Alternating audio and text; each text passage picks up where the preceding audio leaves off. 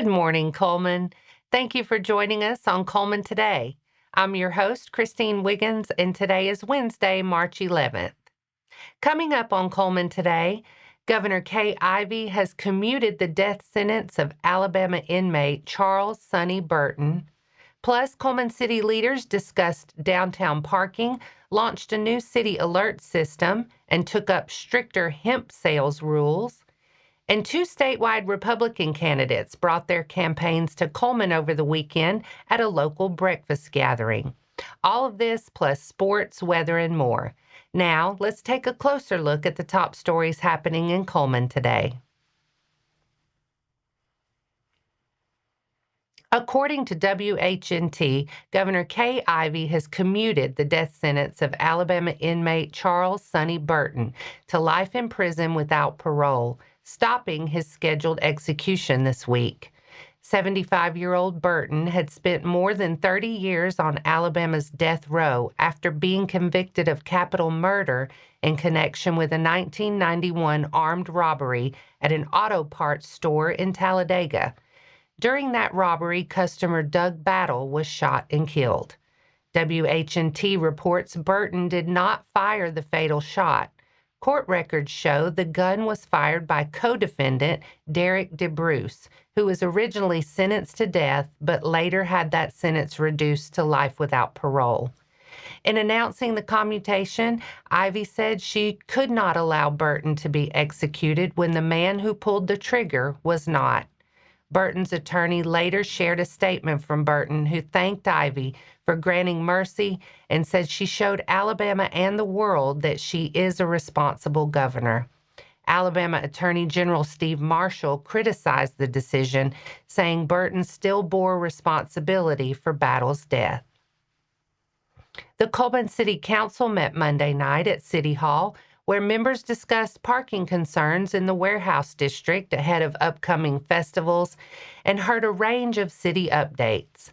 Council members approved event requests for the Alabama Wildlife Federation's Wild Game Cook-Off on April 9th at Depot Park and a walk for Sacred Heart Church on April 12th from Hanceville to Cullman.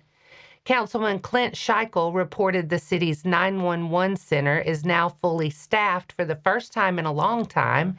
Tourism officials also announced the launch of a new website, go.visitcullman.com, featuring local businesses, restaurants, and trip planning tools.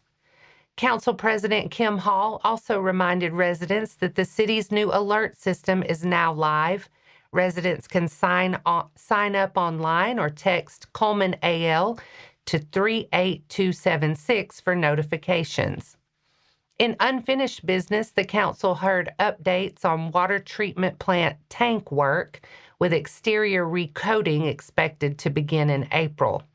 In new business, the council held the first reading of a proposed ordinance regulating retail hemp sales within city limits. The Cullman City Council will meet again on Monday, March 23rd at 7 p.m. at City Hall. Local Republicans gathered Saturday morning at the Cullman VFW to hear from two candidates running for statewide office ahead of the May 19th Republican primary.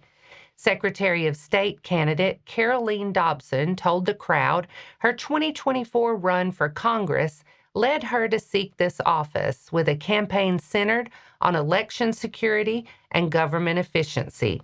She said her priorities include keeping voter rolls up to date, strengthening identity and citizenship checks during registration, cracking down on absentee ballot harvesting, and improving election audits. Dobson also said the Secretary of State's office plays a major role in helping Alabama businesses and that she wants to make business services easier to use and less expensive for small business owners. Public Service Commission Place 2 candidate Brent Woodall focused on utility oversight and rising power bills. Woodall pointed to his background in industrial sales, the Alabama Attorney General's office, the U.S. Attorney's Office, and Commission staff work. He said his campaign is centered on stronger transparency, accountability, and consumer protection. The breakfast was sponsored by Lieutenant Governor candidate Nicole Wadsworth. And that's all for our top stories this morning. Coming up, Cullman softball opened area play with a 6-1 win over rival Jasper Tuesday night. Sports is next. It all starts with who you are. You know, I always tell our players, who you are is more important than what you do. How high you jump, how fast you run, because who you are is your character. And your character is an accumulation of your thoughts, your habits, and your priorities on a day-to-day basis, because those three things determine the choices you make. And the choices you make you who you are. Good guy, bad guy, hardworking, lazy, responsible, irresponsible.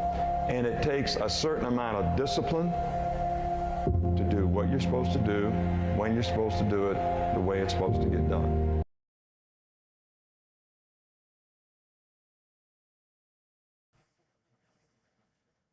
Welcome back. The Cullman Lady Bearcats opened area play Tuesday night with a strong 6-1 win over rival Jasper, improving to 13-2 on the season. Kinley Story set the tone in the circle and went the distance for Cullman. The junior worked all 7 innings, allowing 6 hits and 1 earned run while striking out 6 and keeping Jasper from building any momentum. The Bearcats gave her early support at the plate. Abby Maples opened the bottom of the first with a double, and Drayson Bates followed with a 2-run homer to left center to put Cullman on top 2-0. Jasper got 1 run back in the third, but Cullman answered quickly. After Hattie Graham reached base, Sam Johnson drove a 2-run home run over the center field fence to stretch the lead to 4-1. Cullman added insurance from there. Maples drove in Haley Little in the 5th, then brought home another run in the 6th to make it 6-1. The Lady Bearcats returned to action at home Thursday at 4:30 p.m. against Arab. And that wraps up sports for today. Coming up next, Cold Springs FCCLA brought home top honors at state and is sending several students on to nationals. Plus, the Crane Hill Senior Center's annual cookout with the Sheriff's Office is helping kick off spring events for seniors across Cullman County.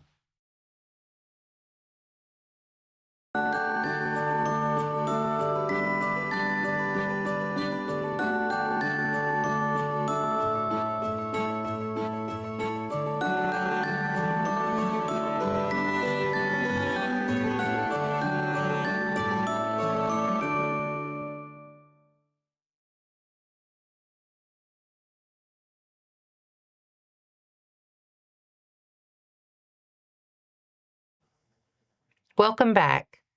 Now it's time to speed things up with a news rundown. 4 stories in under 4 minutes.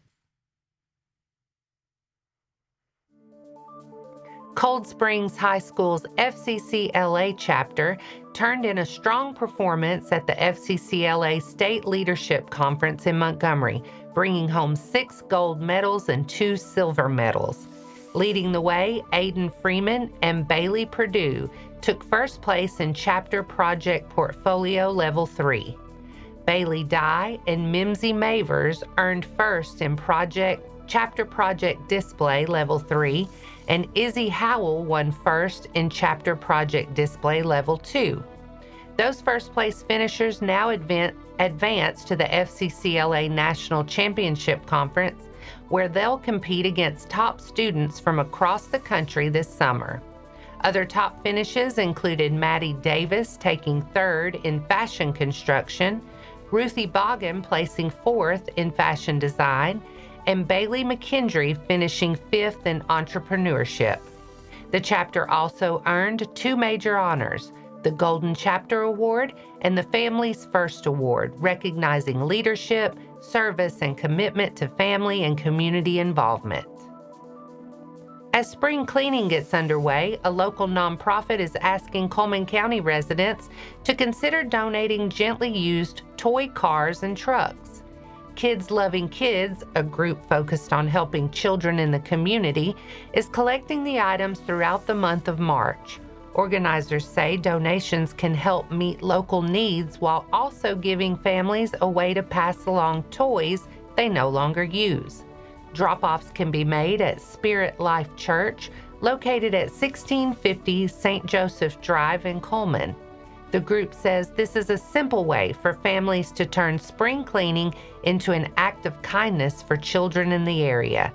Anyone with questions about the donation drive can contact Gina Clevenger or Pam Dodd. The organization also can be reached by email at kidslovingkids2@gmail.com. The Crane Hill Senior Center recently hosted its annual community cookout with the Cullman County Sheriff's Office, one of the first in a series of spring events planned at senior centers across the county. Cullman County Commission on Aging Director Stephanie Lawson said the gatherings are about more than food. She said they give seniors a chance to connect with Sheriff's Office staff and feel valued, respected, and supported.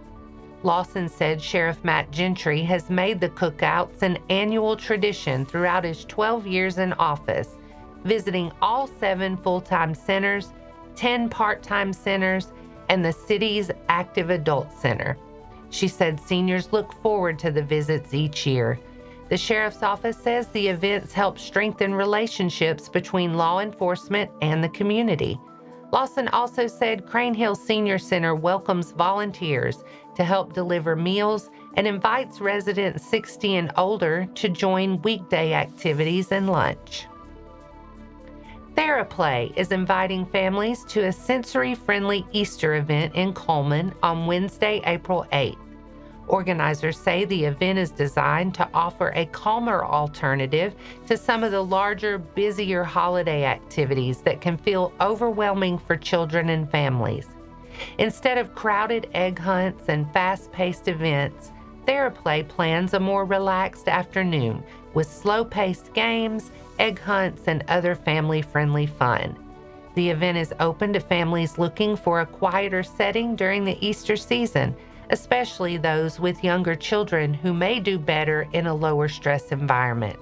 It will take place from 4:30 to 6:30 p.m. at 1635 Field of Miracles Drive Southwest in Cullman. And that's your 4 stories in under 4 minutes.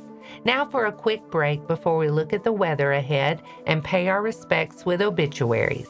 I'll be right back after this quick message.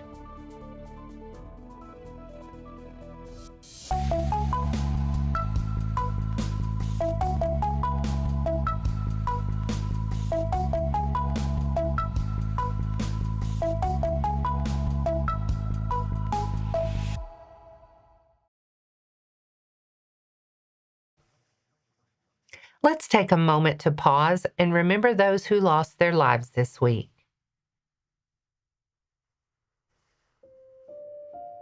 Jimmy Wade Oldacre, 79 of West Point, passed away Sunday, March 8th. Visitation will be Thursday, March 12th at 10:30 a.m. at Bethlehem West Baptist Church, with funeral service following at 1 p.m. Burial will be at Emmaus Cemetery.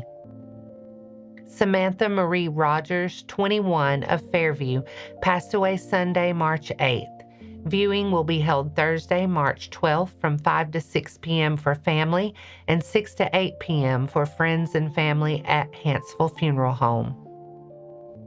Linda Reed White, 72 of Holly Pond, passed away Monday, March 9th. Visitation will be Thursday, March 12th from 11 a.m. to noon in the Holly Pond Funeral Home Chapel. Funeral service will follow at noon. Burial will be at Union Grove Cemetery. Clara M. Elliott Barnett, 99 of Hanceville, passed away Sunday, March 8th. A private graveside service will be held at Cullman City Cemetery.